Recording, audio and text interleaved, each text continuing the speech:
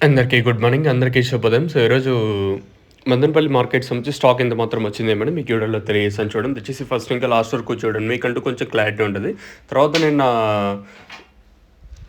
ముల్కల్చీరు market ఏం జరిగింది ఏమని మీకు ఈ వీడియోలో తెలియజేస్తాను. మార్చ్ 6, 2026 శుక్రవారం. సో, ప్రస్తుతానికి అంటే స్టాక్ ఎంత మాత్రం వచ్చింది ఏమి అని మీకు ఈ వీడియోలో తెలియజేస్తాను. సో, వేలంపాట్లు నేను ఎక్కడ అంత ఫాస్ట్ అయితే అనిపిస్తే ఒకటే రేంజ్‌లో పోతుంది మార్కెట్ వచ్చేసి. అంటే అట్లా స్లోగానే ఉంది. ఏం పెద్ద రేట్లేం కాదు ఇవొచ్చేసి.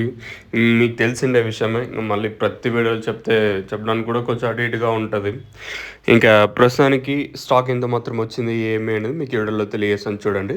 మనం ముందుగా టీవీఎస్ అలాగే కేజీఎన్ మండి లైన్‌లో మాట్లాడుకుంటే, ఈ లైన్‌లో దిగుమతి నేటితో పోల్చుకుంటే ఈరోజు తగ్గిందొచ్చేసి. భారీగా అతి భారీ కాదు గానీ నేటితో పోల్చుకుంటే దిగుమతి అయితే తగ్గింది.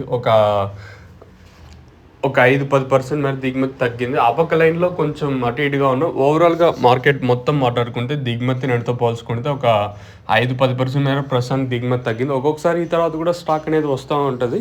ప్రస్తుతానికి మాత్రం మన మదనపల్లి మార్కెట్‌కి సంబంధించి ప్రస్తుతానికైతే దిగుమతి అయితే తగ్గింది. మరి రేట్లనేది ఏ విధంగా ఉంటాయో చూడాల్సి ఉంటది. మీకు నెక్స్ట్ అనంతపూర్ అలాగే కలికిరి అప్డేట్ అయితే ఉంటది. మీరైతే చెక్ చేయొచ్చు. ప్రస్తుతానికి మాత్రం మన మదనపల్లి మార్కెట్‌కి సంబంధించి దిగుమతి తగ్గింది. గుర్తుపెట్టుకోండి, మార్కెట్ అటు ఇటుగా పోతున్నప్పుడు దిగుమతి భారీగా పెరిగినా లేదా భారీగా తగ్గినా ఒకటే రేట్లే ఉండే ఛాన్సే ఉంటది గానీ, ఏం పెద్దగా మార్పు అయితే ఉండకపోవచ్చు. మరి రేట్లనేది ఈరోజు ఏ విధంగా ఉంటాయనేది చూడాల్సి ఉంటది. ప్రస్తుతానికి మాత్రం మన మదనపల్లి మార్కెట్‌కి సంబంధించి అప్డేట్ అయితే ఇది.